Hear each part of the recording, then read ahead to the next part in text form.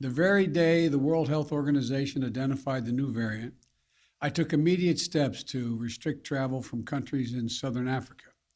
But while we have that travel restrictions can slow the speed of Omicron, it cannot prevent it. But here's what it does. It gives us time.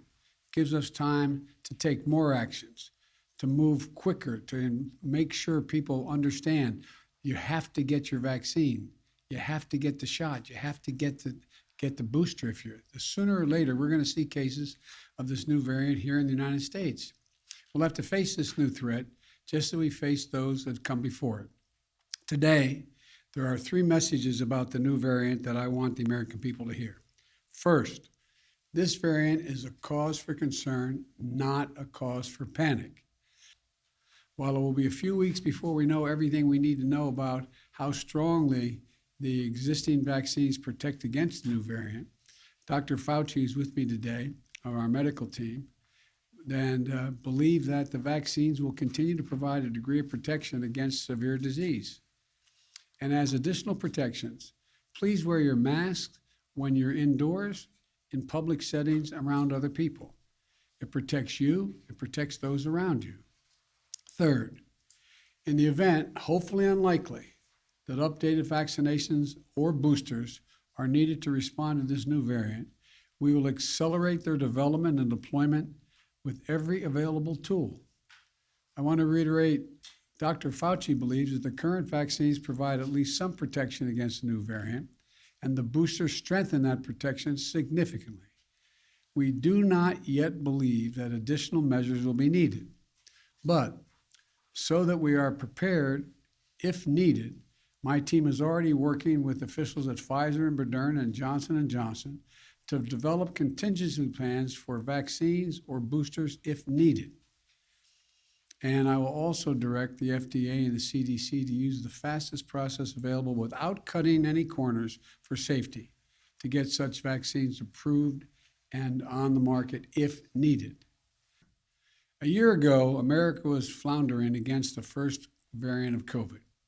We beat that variant significantly, and then we got hit by a far more powerful threat, the Delta variant. But we took action, and now we're seeing deaths from Delta come down. We'll fight and look, we're going to fight and beat this new variant as well. We're learning more about this new variant every single day. And as we learn more, we're going to share that information with the American people candidly and promptly. Second, the best protection, I know you're tired of hearing me say this, the best protection against this new variant or any of the variants out there, the ones we've been dealing with already, is getting fully vaccinated and getting a booster shot. Most Americans are fully vaccinated, but not yet boosted. If you're 18 years or over and got fully vaccinated before June the 1st, go get the booster shot today. They're free, and they're available at 80,000 locations coast to coast. A fully vaccinated booster person is the most protected against COVID.